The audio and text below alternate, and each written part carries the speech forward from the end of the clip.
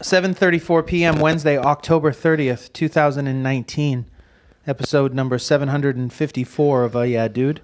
My name is Jonathan, and this is Seth. Hello, Seth. Jonathan, it's so good to see you. Episode number 754 of Yeah Dude, America, through the eyes of two American Americans. Today, it's Halloween. Halloween. It's November, essentially. It's Thanksgiving. Day after the show, last time we got together was the third, so we did shows last Wednesday. It was Thursday, the 24th of October. Okay. I'm driving down Beverly Boulevard. I look up at a billboard. It said Beverly and Gardner. Beverly and Gardner is where Roasty used to be, one of my first jobs in Los Angeles. At that roasty? At that Roasty. Which became Buddha's Belly. Buddha's Belly, which became... Hold on. Fuck. I don't know. Stir Market. Don't know what that is. Which became XO, which is now Dr. Sandwich. Your location is poison. When I worked here and Roasty was flourishing and I was part of the team, top of the world. I left, you tell me. I got food poisoning from that roasty before. From once. that Roasty? Yeah. Interesting. Got very sick. How dare you? Just saying. That's my Roasty. You may have been working there during that time. What was that, Southern Italian? What would they call that? Yes, it's chicken, right? It's chicken and potatoes. It's chicken and potatoes. It's a Southern peasant. It's a Southern Italian peasant meal. Billboard, when I look up at the red light, reminiscing. Yes, looking over. The golden years. There's a billboard with... What did you do there? What didn't I do there? Get me in the kitchen. What is this? Peasant meals? Is Italian peasant food? They got this. I got gravies over here. What, were you delivering? I was delivering food for Roasty. Every time I delivered, I said, here is your Southern Italian peasant meal. No tip? Okay. Like a headshot, like slid underneath. What is that? Like greasy, like oven roasted grease potato headshot? Yeah, a lot of dreams. How long did you work there for? I worked there for a while.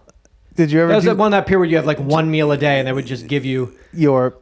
So you ate for free. Yeah, but which in like 1995 was like $4.20. You know. You ever do any drugs inside of that roasty? If I did it inside the restaurant, I would never besmirch my Italian, Southern Italian peasant roots. I look up at a billboard. I see French Montana on a billboard. Yeah. We got a new record? What is he doing? It's all it can be, right? Right. You're an artist. Alcohol? I love where you're going with this. He has either a new album. I know he's got or booze. He has a but no, it says it's never too early to wish French a happy birthday. What? Congratulations. Celebrate French's birthday from your friends from Dubai. Okay. I don't know how long this billboard's been up. His birthday was when? No, his birthday's Tuesday, November 9th. I saw this on October 24th. Never too early. Yeah. And it's not like it went up the day Maybe. You don't miss a lot. It's true. Happy birthday. So it's never too early to wish French a happy birthday. Your friends from UID and from Dubai. From the UAE and the UID. Happy birthday, French. It's never too early. Very strange. You got to ask our good friends. Think they own the billboard company? Maybe they own it. Maybe like one of the families, a Saudi family owns that billboard. We'll see what goes up next. Yeah. It's never too early to say Happy New Year to DJ Khaled. It's there's something going on there. Something's fishy over there at Dr. Sandwich. What did you name it? We named it Dr. Sandwich. The doctor's in. It was either that or Salad Hospital. Wow. Get that urgent care over here. Pancake urgent care. Pancake emergency room. Oh my God. I'm having a hummus emergency, doctor. So I don't know. But it is. I always have said that. for the entire length of the UID, I've always said it's never too early to wish French a happy birthday. I usually start in October for a November birthday. It's fair. I want to find out when that billboard's up, because something tell me that billboard's been up. It's like since the summer. Since, yeah, like 4th of July. USA Today snapshots. What if they just changed it for each holiday? It's just 4th of July. Never put fireworks too early up in to- the back and just to- it's but always French's wishing- billboard, always for French. Never too early to say Happy Hanukkah to French. Yeah. Wow, he's French billboard on that billboard. What's that name about? French Montana, Italian Colorado. French's counterpart, Italian Colorado.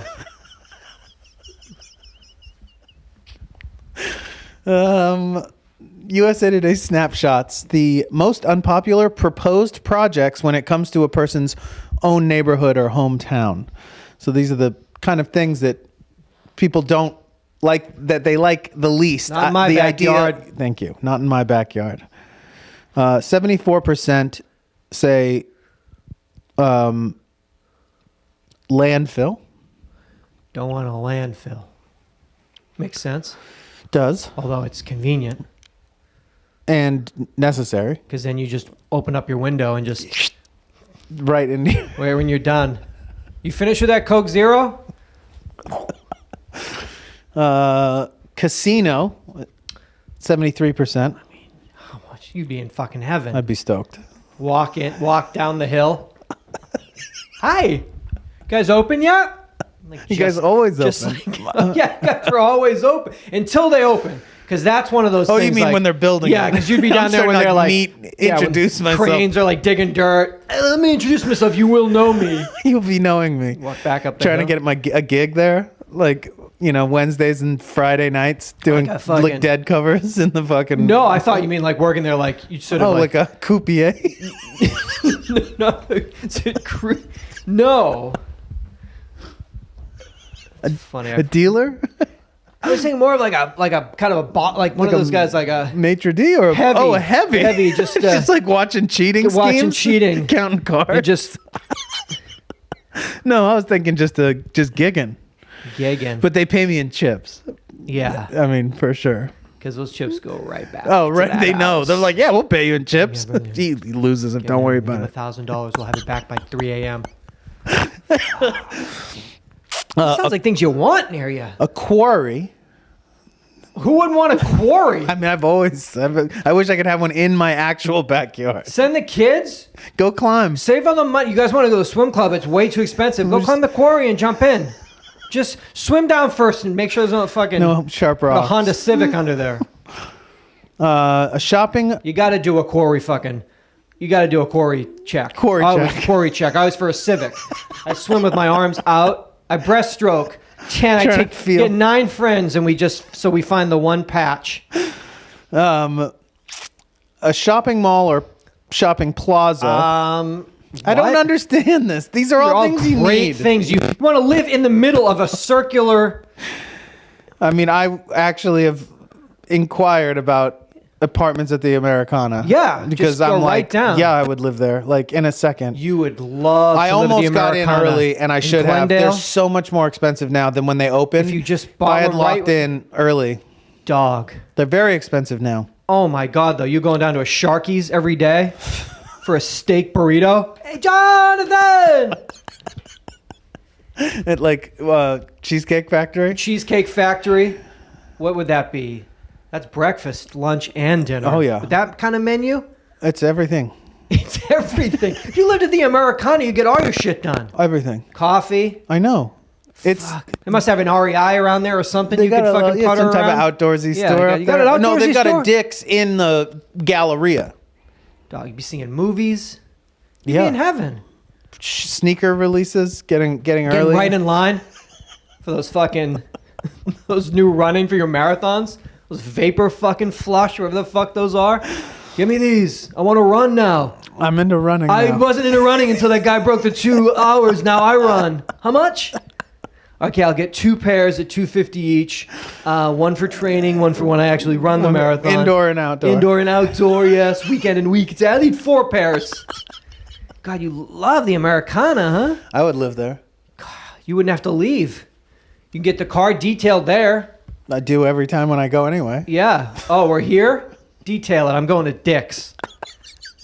I'll be over at Dick's. Be at Dick's. Text me. Yeah, I love it there. Yeah, you like it over there. You know, huh? I'm also fond of it in part because I have a vivid memories of spending time in the Galleria when I was a child. Wow. Because I lived in Los Feliz when I was a kid. So you could just shoot right on over to Glendale. Actually, so there's the, for those of you who aren't from here, this is a pretty, local reference, but there was the Americana outdoor kind of bougie shopping mall in Glendale. Directly across from it is the Glendale Galleria, which has been there, I think, since the 70s or 80s. Certainly since the 80s, because I remember being you can there. get Claire's up in there. So there's a J.C. Penney that's still there to this Definitely.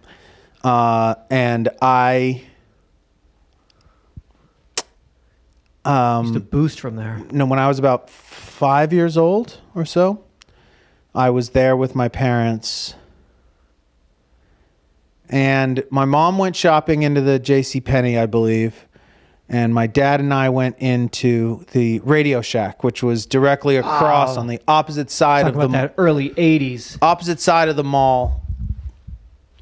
The indoor mall. So a mall, let me give someone a mall. For those of you who don't know what a mall, but it's directly across the hallway or whatever.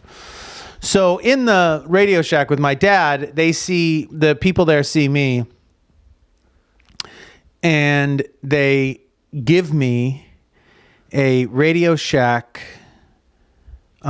beach ball, which I am like beside myself when they hand it to me.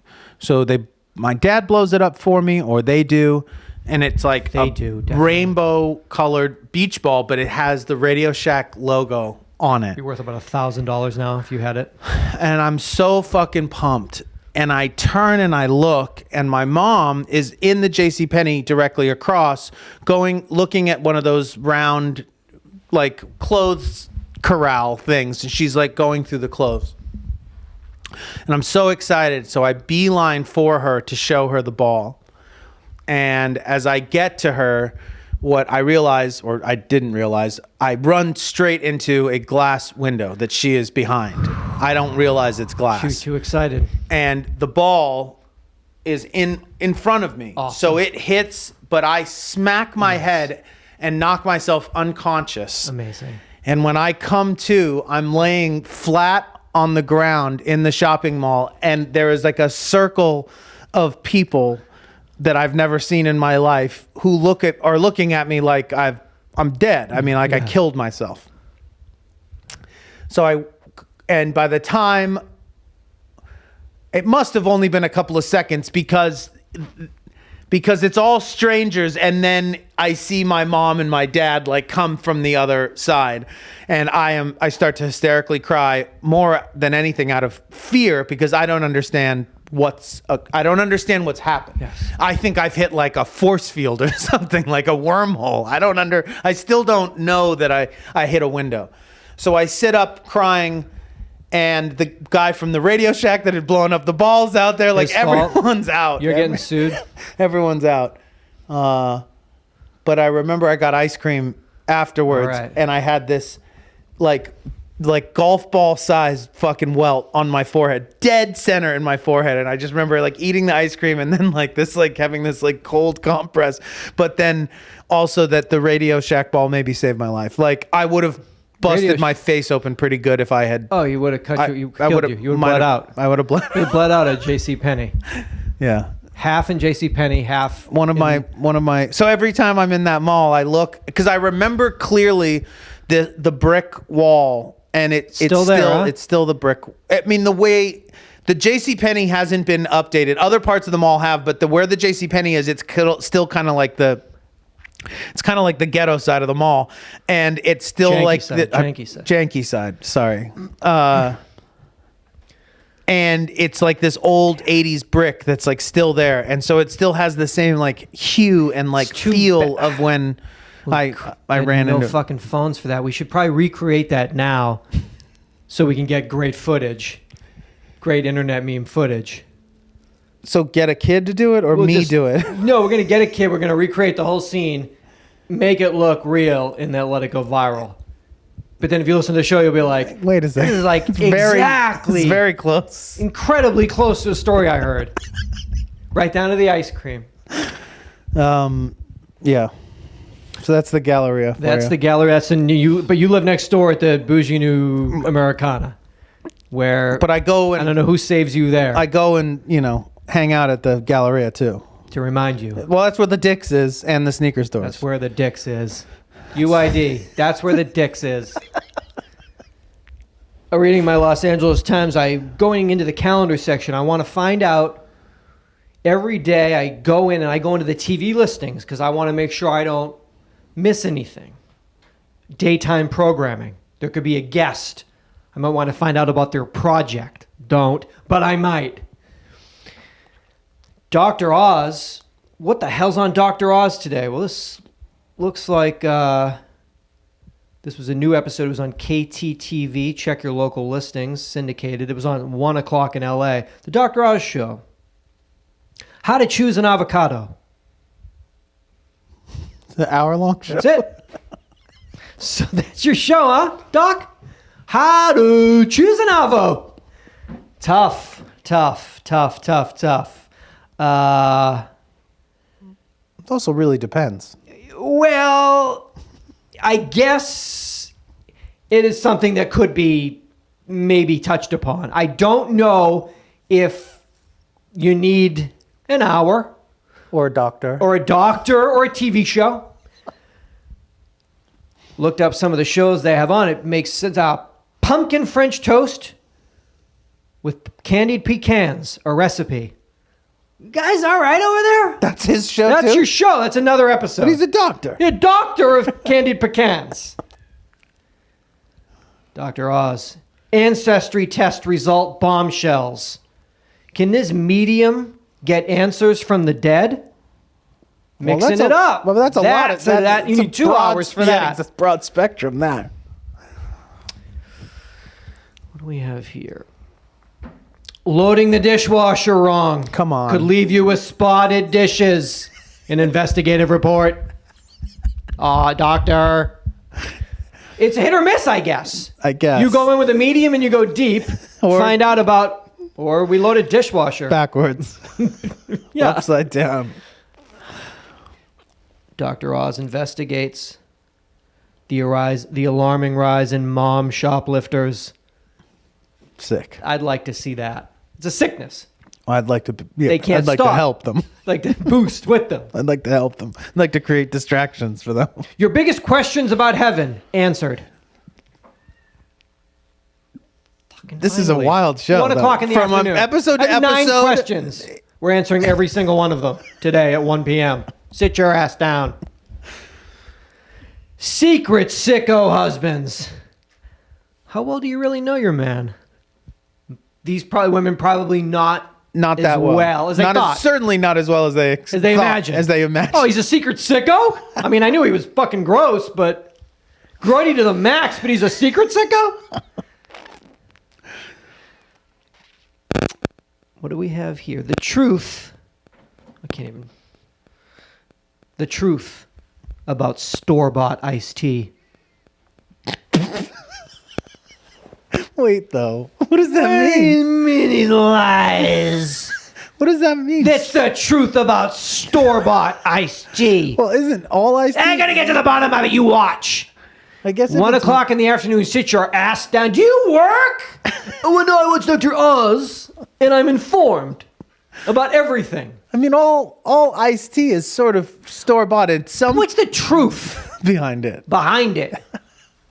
So that's a doctor. He's got a TV show.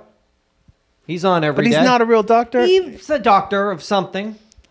Veterinary? A doctor of avocado medicine. Oz investigates. What? What does he investigate? I don't know. It could be anything. I mean, clearly It surely is. covers all the bases. Fuck, is your dental floss really dental floss? I think so. Find out. Find out today at 1 p.m. Sit your ass down.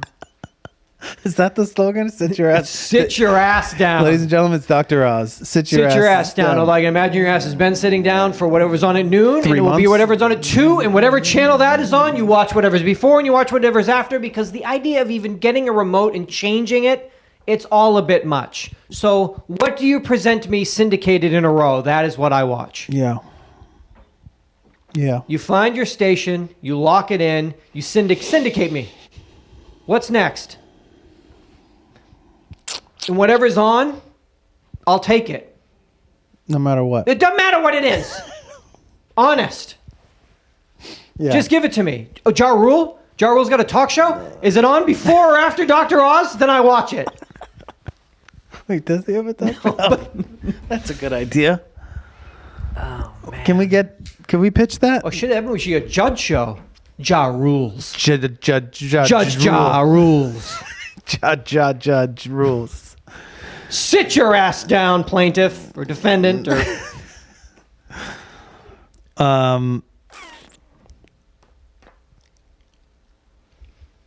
Ja Rule Judge Show. Yeah, you like this.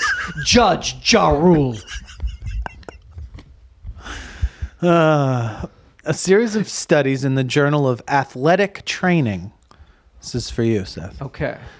About the effects of being a specialized athlete at a young age left researchers with a distinct takeaway. Focusing on one sport at too early an age increases the risk of major career-threatening injury. Quote, the theory is that repetitive activity, performing these repetitive sport-specific tasks over and over again, will stress the tissue and then eventually lead to a breakdown in that tissue over time, said Dr. David Bell, a professor at the University of Wisconsin who led one of the studies. Yep. This week, the National Athletic Trainers Association is holding its Youth Sports Specialization Awareness Week to raise awareness of the impact of focusing too heavily on one sport and one group of muscles while the body is still developing. Yep. That's what happened to me. I knew it. That's why I thought you It's unbelievable. That's why you finally brought it up. Finally, someone did a fucking study. About it. When I was down in Bolletary, down in fucking Florida with fucking Nick. Just working those knees. Seth, how about 2,600 serves today? But Nick, shut up! Andre did it. Pete did it. Yeah. 2,600 serves, that John. elbow Can you imagine this blew fucking it out. elbow? Blew it out. this fucking thing out. Like 14 day one. 14 years First day old. of camp. $65,000 my father paid. I got there the first day. On my 70th serve of 2,600. Ah! Done. Blew it out. That's why I hold the microphone in my left hand. Can't use this. It's Dead. His hand's dead to me. Can't feel it. Can't even put bet me's with it. It's dead to me. But this is what happens. I could have been one of the greats. It was only day one of camp. I don't know. Of how many days? I was at 6-month intensive. I was on my 71st serve, and it just you could hear it. Yeah, they heard it across 10 the courts courts away. Michael Chang looked over, was like. I made some great friends though, that camp. I can't think of any other tennis players of that time, That's it. other than Andre, Pete, Michael. Yeah. That's what happens. So if you want your kid to be a pro athlete, You put them in ones. You gotta do it like Bo does. You Put gotta them- cross train. put them in everything. You gotta get them vintage '80s fucking Bo Jackson cross trainers. Cross trainers were the shit Because they worked for because it so didn't many- matter. I can fucking deadlift. I can fucking play soccer. I could dunk. I can dunk. Just like Bo. We will buy fucking anything. But that was a good hustle. That was a great hustle. I mean, it's. Well, we used to, what fucking D Brown, we pumped them up. Pump them up. Your tech, I don't trust it. In retrospect, at the time, gotta get me these pumps. Yeah. Can't dunk it if I don't pump. Now I look back, I watched the commercial for that, I'm like, those were not real. Those didn't work. I mean, the Air Max, the first time they dropped that, I could see through the fucking shoe. Holy shit, I can dunk. Really? If you bought Air Maxes in like 86, now you can dunk? Well, I can see in the shoe. So I know it's working. So I know it's working. Bam. I like to see in a kitchen, and I like to see in my shoe. Yeah, Two very important things. I think so. You got these things on all the time. You eat 3 times a day. I got to know where it's coming from. Yeah, it's true. I got to know who's making it. I agree with that. Both of those things. But when you got a kid, and they're good at one sport, and then you have them do that. But it makes sense, you know? It's just the repetitive motion. You have bowling strike after Bowling, strike. like you did, strike after strike. And that drag, no one knew that drag was going to tear that Achilles. Yeah. After his 1,000th strike. Ah! Third perfect At game. the old Lebowski Lanes on Santa Monica they used to go to before they tore her down. Holly Star. What was it? Holly Star. Jonathan on his 1,000th strike as a 14-year-old, and he ripped his Achilles tore. It came out of the skin. It was awful. Popped out. Everyone was just screaming. Vomiting. Pete Weber was there screaming. Who's Pete Weber? He's a bowler, right? Is he? Famous bowler. I don't know. Fuck, that was terrifying when Weber rolled over because he knew what to do. He knew what. He knew exactly what to do. Wrap it or something. It's repetitive, the motion. Yeah, the same muscle groups. Over and over and over. Like fucking forgot. Like we were, talking about, my kicking, my fucking place kicking motion. Looks like the fucking Falcons just dropped Matt Bryant. Just told his old ass to take a fucking hike. That leaves 2. So Vinatieri and Brady. Matt Bryant turned 44 in May. He's out. Cut his old ass. We got Vinatieri's 47 in December. Tom Brady, 4 days before you turned 42, he turned 42. So that's all we got left.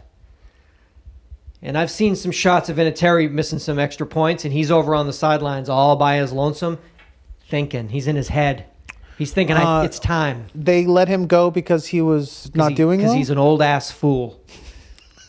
And they straight up told him. They had a clause in the contract. They were just like, all this internet talk, all this okay boomer talk on the internet. They walked over to him and they were like, you got to go, old man.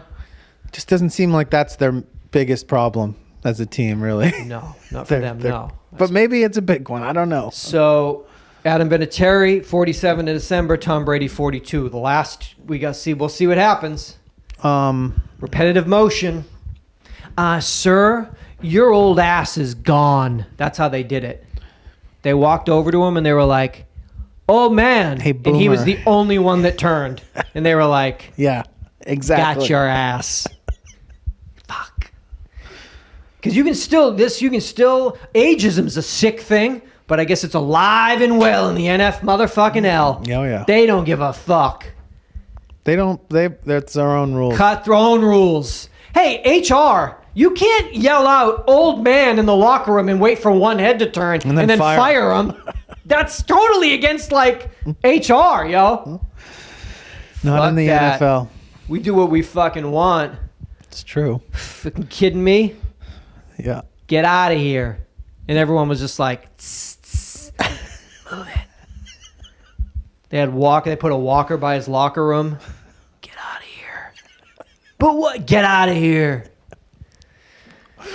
Somebody, listener, called me up, and Jeremy let me know that he hit up that Grateful Dead symposium to give a fucking first-hand account for you. Did he really? Of what went down. He didn't spend the whole fucking 9 days or whatever. He fucking dropped and rolled right in there. It's just tent camp the whole time. He was there for Whiskey Rivers in Prison. The Grateful Dead as purveyors of the Southern Gothic. How's that for a night of discussion?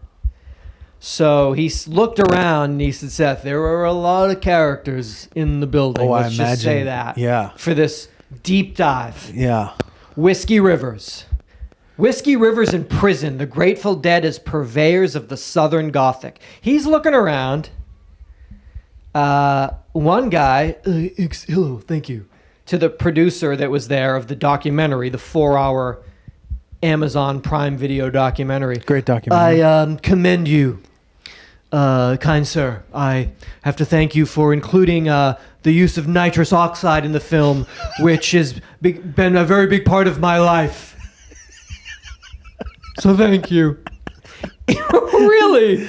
Just came all the way over here. I had to come over and thank you because nitrous oxide is my life. And you giving it credence Clearwater and revival is what I need. I'm on it now. Couldn't you tell? With his tank, just like thank you. Oxygen tank. I'm going oxygen tank and a nitrous tank. Walking. I'm going back home to rewatch the film. So yeah, there was some. There were some fans of the dead that were up in the building. Ragtags. Yes, I must commend you. My family laughed at me when I discussed my therapeutic use of the oxide. I feel like it's a bum rap in American culture, but I've used it therapeutically. Your shirt's on backwards. Yes, okay. Thank you. Yeah. I wonder. I can't imagine. Oh, man. That's awesome that he went. Oh, but yeah. I wonder how much he got. I wonder if he got any real takeaways from it. Is anything, any light shed on anything at all? Just the energy of that building is going to shed light. Also the lifelong friendships that he probably formed, I would assume. To imagine the locking of eyes with other fellow heads. Oh, man. Tough. It's tough real crowd. tough. It's fucking tough. Yeah, I bet. I wonder if he got to that open mic jam last night. That's really what we need to get That's at. what we needed. We needed to get to. There's got to be some footage of that getting up here in the next couple of weeks on YouTube. Yeah, someone. Damn.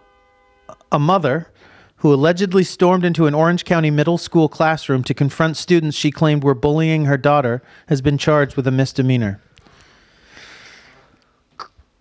Christian Chai-Lin Prince Tinsley, 33 years old, of Mission Viejo, was charged this week with one count of interference with the good order and administration of a school classroom with the intent to disrupt. According to the Orange County District Attorney's Office.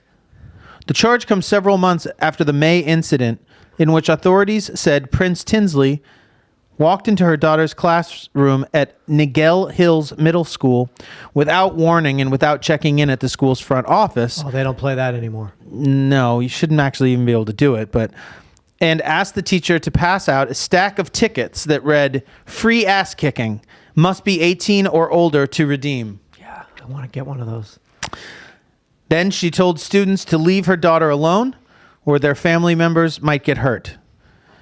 Quote, "If you all bully my daughter, if you look at her the wrong way, if you breathe the wrong way, send your mom to me," the mother can be heard saying in a cell phone video that was recorded by a student and aired by KCBS TV Channel 2.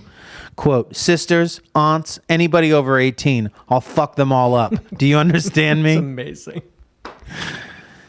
After the teacher called the school office for help, Prince Tinsley was escorted off the campus by the assistant principal, according to prosecutors. Quote, "This incident was way more than an attempt to address accusations of bullying," said Orange County District Attorney Todd Spitzer.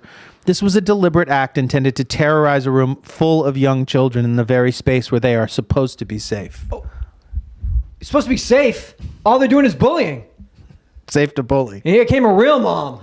I'll fuck them all up. Fuck them all up. Printed out the tickets. I saw those tickets. I'm like, I gotta get me one of those cool fucking. ticket. That's an awesome ticket. Yeah. It's free, yo. Like framed Hand on your these house. motherfucking things out. Who wants to smoke? Mom. Once the fucking I catch love this. it. But you need once to catch these hands. Where's my daughter? I'm gonna put paws all over your family. But this is what we need, because More of this. The teachers aren't doing anything. We've Clearly. addressed this bullying situation over and over again. I thought they made a documentary. I thought the documentary would take care of it. It obviously didn't. You got to go in there with your own raffle tickets that you print out at home. Everyone gets one.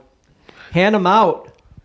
I like that. Go right into the fucking classroom. Send anyone my way. I don't give a fuck. Are they over 18? Let me get a license before I beat your ass. Oh, no, you're 17. Here Hold you go. on. Come back. You're in. Out. Come back in 6 months. I'll beat your ass this fucking next summer. And just, Mom, excuse me, could you? No. Everyone's getting a ticket. Do something. Her daughter's obviously being bullied if she's taking it to this level. No? 100%. And we've tried to talk about this. What else, my stupid way of like, What was your way? my way was like addressing it, but then you were like, but then it only makes it worse, because then they'll be like, But this maybe does too. no, because people will be like, She's a oh, psychopath? this bitch just came into the fucking classroom So this sends a clear message. Dog, she made raffle tickets at home and brought them into school and handed them out. I mean, she took it to the next level. This is an actual redeemable, has a barcode. If you could do a QR, if you could scan that, I'm going to beat your ass. Your Scan auntie's this. ass. Beat your auntie's ass, your sister's ass. Send them on my way. I don't give a fuck. Actually, 18? Make it 16. You have a license? Age of consent. Love it. Love it. Yeah. That's what we'll just have. We'll just have, I guess, elementary schools of just like parents coming in and who can make the raffle tickets good. I guess you gotta fucking top it, like a BOGO. Like here, like you gotta. If you're sending out raffle tickets, what else can you? I mean, you gotta come up with something fucking good. Yeah. Redeemable gift cards. I don't know. Scan this gift card. It's a $25 Target gift card. In an ass beating. They're going to leave that girl alone is what they're going to do. Maybe. And I like how she made her way through there. A lot of times You they don't like stop. that, or you like I that? like it. I don't like that because I that's don't like bad. I know, but I like she like went like fucking Double, Yeah. like just like did some moves. Set off a distraction down here. yeah, a little smoke bomb. Yeah. Fucking Stutter step like them. a stink bomb stutter step. Oh, stink bombs must be the kids, or is it the mom? I don't know, man. I don't know, man. How'd she get all the way to the classroom? But I also, thought they're supposed to like, lock shit up. And I know that's what I'm saying. Like, there's other have to problems. sign in There's and other stuff. problems going on you do here. retinal scans. So you need a retinal scan just to step through the front door now. Fuck, I don't know. Jonathan, I have a question for you. Yes. My husband met a woman at work, and they've become friends. I didn't find out about her until my husband came to visit me at my job With her? because he said something was on his mind. Oh, dog. Why do you do it, Doug? Doug, just shut up. Don't. He proceeded to tell me about this friend and how they had shared a kiss and had been sexting. Why do you go to Why'd their you do work? that? Why'd you though? go to her work? That's a crazy place Pull her out to of the meeting. drop that bomb. Didn't have done that. Why'd you tell? Didn't have done that. He told me he sent her a picture of his privates.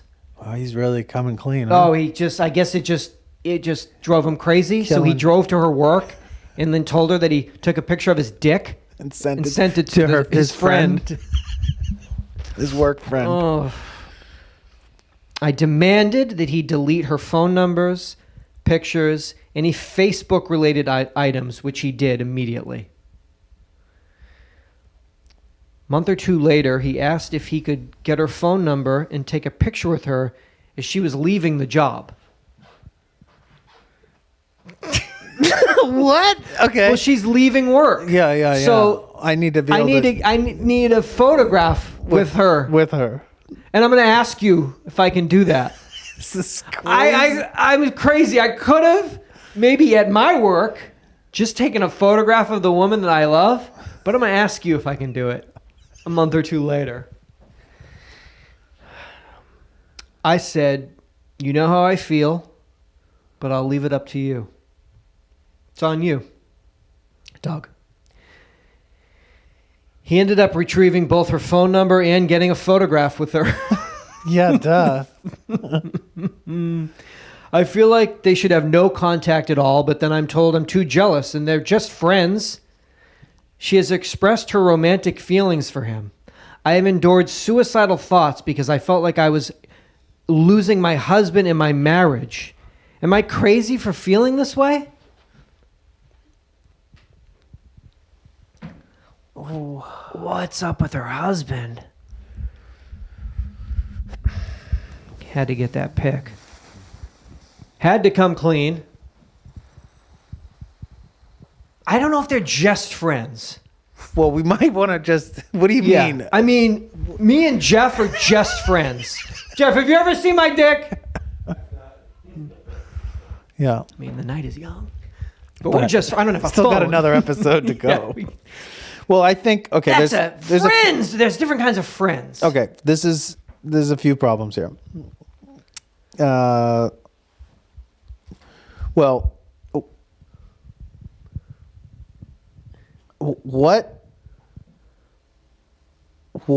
what's going on with this dude that he would do something like this? Yeah. Feel bad about it. Yeah. And admit to it. Yes. In his weird, fucked up way that he did at her job, and then circle back to, hey, but she is leaving, so and I have to get I gotta get a picture with her. I gotta get a photo op. She a fucking celebrity? Gotta get a selfie so why is he doing this to her? She's leaving. I gotta get a photo. But also, now that she's leaving, yes, whatever, it's going to be much easier for him to sext and stuff with her gone, because there's not the real life, like, she's not there. Unless she goes to work where the wife works. And then that would just be... So I guess he felt so guilty. He said, I love my wife, I'm going to come clean. But it only took a month where he's so obsessed with this woman. And even though he broke that trust and they were trying to rebuild... After several therapy sessions of building this trust back... She did leave it up to him. It's up to you. Well, if it's up to me, I'm getting her phone number and a photo it's up to me? with her. Oh, I already sent her a picture of my dick. I'm definitely going to get a photo with her. What is that? A photo with her is so she's weird. Like a celebrity. You guys have been sending, like... They've been sexting and sending photographs and videos of their aroused genitalia, but now he just wants, in the break room... I don't know. With a sheet cake, a going away sheet cake. I don't get from Walmart. I don't get anyone. I got to get a photo with her. She's leaving. Can I take a photo with her? Who are these other people that are telling her she's too jealous? Her friends are saying just to chill out. Hey, chill out. It's just dick pics. They're just friends. They're friends. Maybe you don't know how friends do it, how millennials do it these days. That's you do that at a job interview. You have to take your pants off now at a job interview. It's totally chill. Get a beanbag chair, sit in it. You don't know how it is anymore. I don't know who to tell anything to in this situation. It sounds like everybody involved has gone off the rails. I just feel like... Emotionally. I feel very bad for her, though. I do feel bad for her. Her husband's a louse. How can you... How can she leave her husband? No, I just was like... Of all the things, when somebody comes to you and tells you that you make them delete her number, but it's like they work together. Like, you're fucked. Like, there's no, like, who cares about her Facebook page? She, like, sees him every day. Yeah. And my other question was this just the tip of the iceberg to just let off enough guilt steam to keep him from basically saying, like, and also, like, masturbated into her hands. Yeah, she's it's consensual.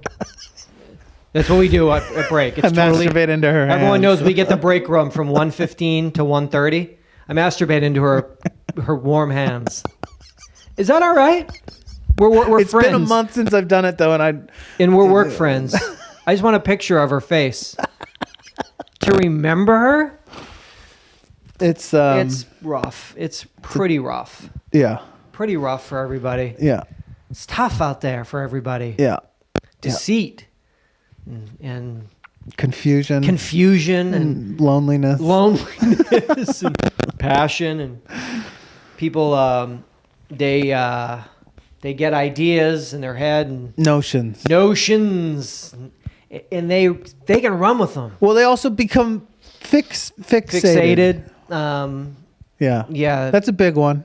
Fixation. It's a big one. It really sort of melts away any rational thinking. Yeah. And then it's just, you just go crazy. Like you drive to your wife's work to tell her that. Because you've gone so crazy, you're like, I'll tell her at work. That's where she'll like to hear it. It's the best place to hear it. Then I'll give it about 5.5 weeks, and then I'll ask for a candid photo op at the going away party. I need her number. Back. Because she's leaving. Because she's leaving me. I mean, the company. Me company. Me.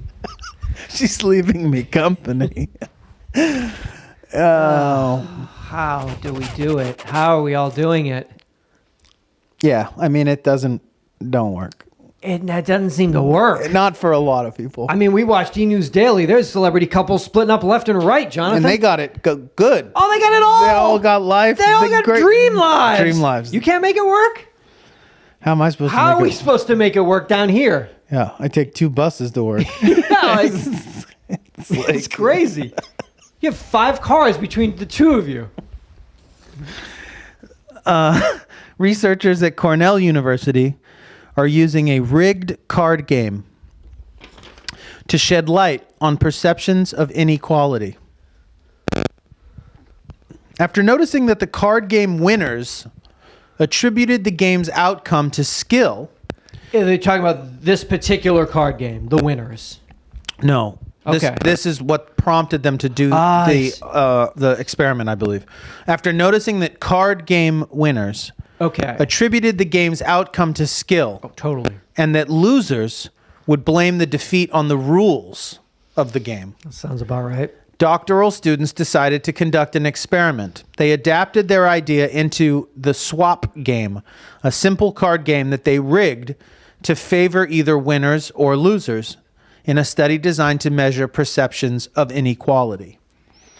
They found that winners were far more likely to believe the game's outcome was fair, even when it was heavily tilted in their favor by rules requiring losers to hand over their strongest cards. Their paper, their paper titled, "It's Not Just How the Game is Played, It's Whether You Win or Lose," was published in Science Advances.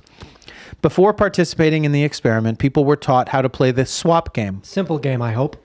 In which one player discards a card, and the second player must discard a higher card or pass. It seems stupid. Learnable.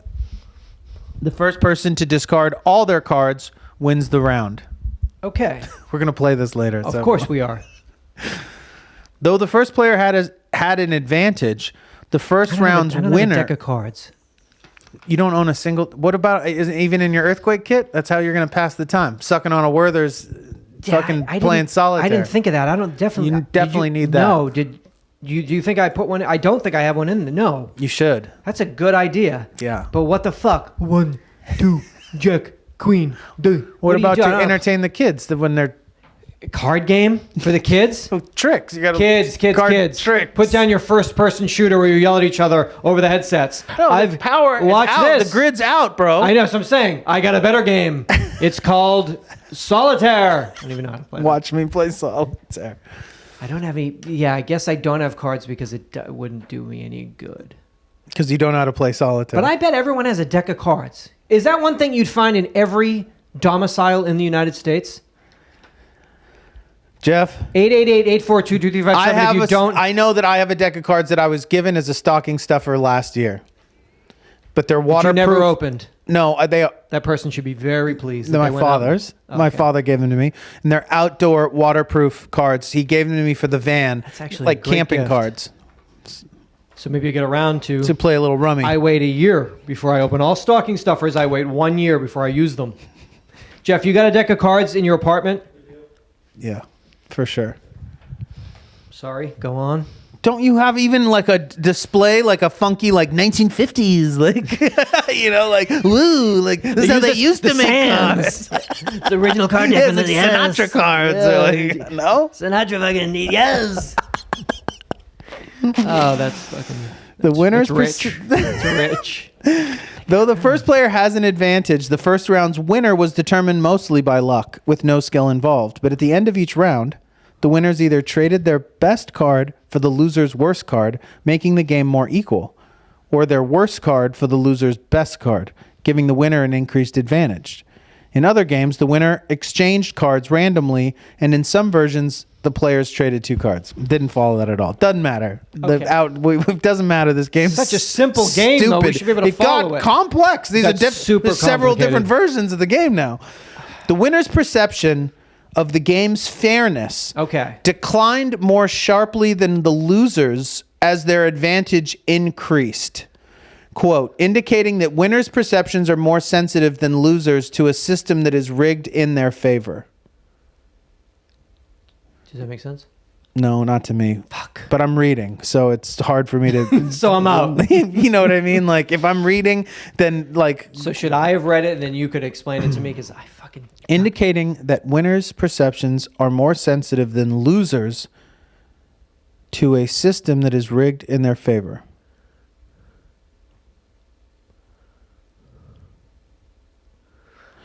As inequality becomes increasingly rampant around the world, the study offers insights into how people perceive opportunity, failure, and success. In real life, inequality can operate in opaque ways, making it difficult to determine whether people succeed through talent, skill, luck, or advantage.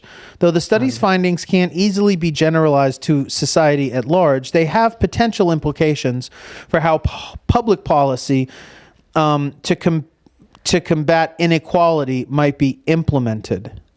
I like it. Sure, but I think it's just people win, and they're like, and they, of course I won. Work my ass off, and I'm the best. And it's like, well, actually, You're not. You're the worst. yeah. There was like 9 other things that There's a rigged system here at play, and like Yeah. you fell ass backwards into shit, and you came out smelling like a fucking rose. Yeah. But great, keep it up. But then also those people, whether they know it consciously or subconsciously or not at all, immediately will defend that position and try to validate it in any way that they can because you don't want to lose it. So, Okay. I mean, if you're not thinking about the game, but like that, you know, when you're talking about it in the world that you're, you know,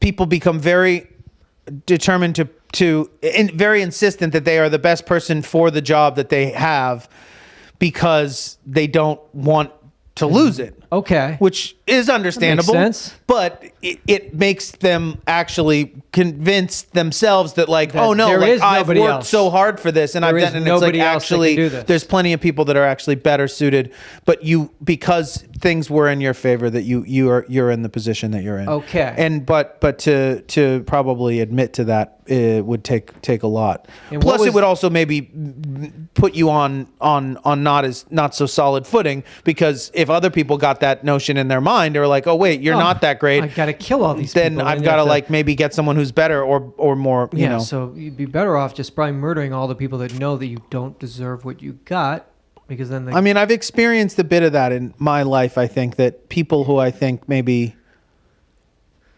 could help me or could have helped me at certain stages of my life in things that I was trying to do, that didn't, I think probably because I maybe had more to offer than they did. In terms of you might have been better at or more qualified to do something, so you might have asked somebody for help, but then they didn't give you help because They didn't want... I liked it. But that's a whole different study, thinking that you didn't get things because that's like No, it's double the same meta thing. No, I think because that's even crazier, because these people achieve something and that like, would I might deserve be, it. Or I does that actually fall under the rules of No, I'm a loser and so the rules weren't fair? I like, I didn't get that because everybody that could have helped me knew that I'm the top dog. And if they helped me out, they would have been out. Well, again, Okay, I don't... does that fall under the I think- system is rigged, or that might be its own I just mean that classification? people become very defensive Oh, yeah. of the positions that they get into and very possessive of it. And part of that, I would think, is probably smart and natural. And another part of it, I think, gotta is hold on to it. maybe overcompensating for the fact that they managed to wiggle their way into wherever that they are. And that is just the nature of the world, that the majority Yes. of successes that I know of people having, as much as there was maybe a lot of thought and effort and time put into it, there was Tenacity. also a massive amount of flukiness that I would contributes think in to this chaotic thing called life. Absolutely. You know, and It's best so to just approach I'm not saying that I'm sorry, I didn't mean, no, I know you are, but I mean that more that I meant that that those people definitely didn't help me in the way that they could. Yeah. And the way that I asked. Yeah. And the only thought I had,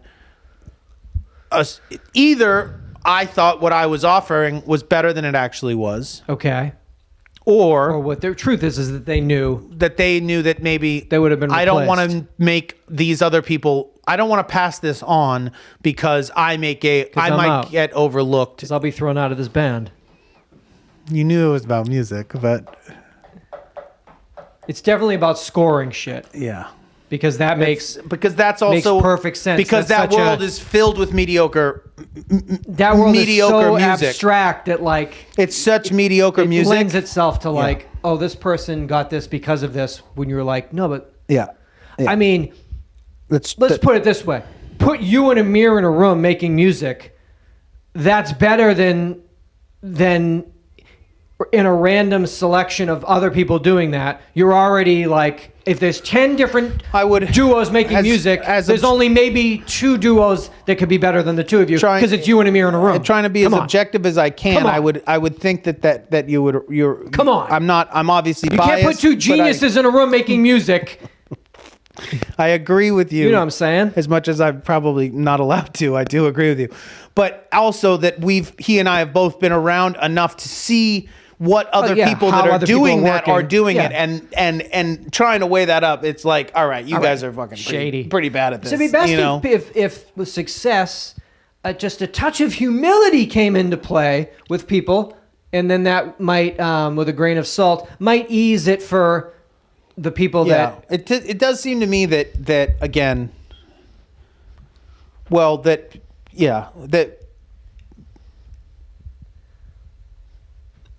Mediocrity seems to be rewarded more often than greatness. Okay.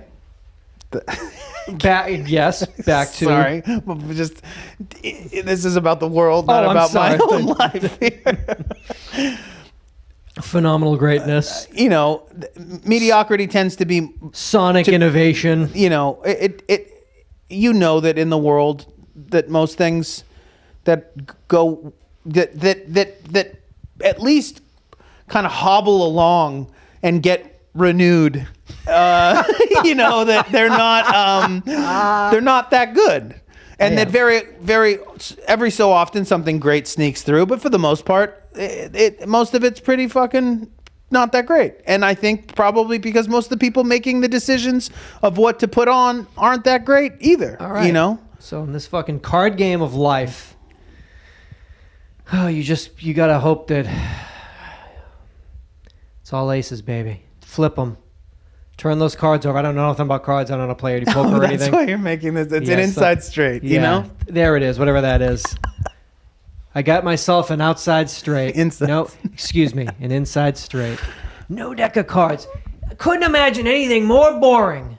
Than playing cards? With someone or by yourself or either? I guess either way. What about with... Maybe you could bring games. Could you bring like categories and Pictionary and get the neighborhood together when the shit goes down? Yeah, but again... I suppose if there's any situation where your life has been put into a place where like you can't watch your streaming services, your brain's not going to be thinking about anything other than the full destruction and devastation of your actual reality. But if there's nothing that you can do immediately about that situation, then the idea that there might be something you must write poetry. That's when you have to something write poetry. That could pass the time that doesn't require a phenomenal amount of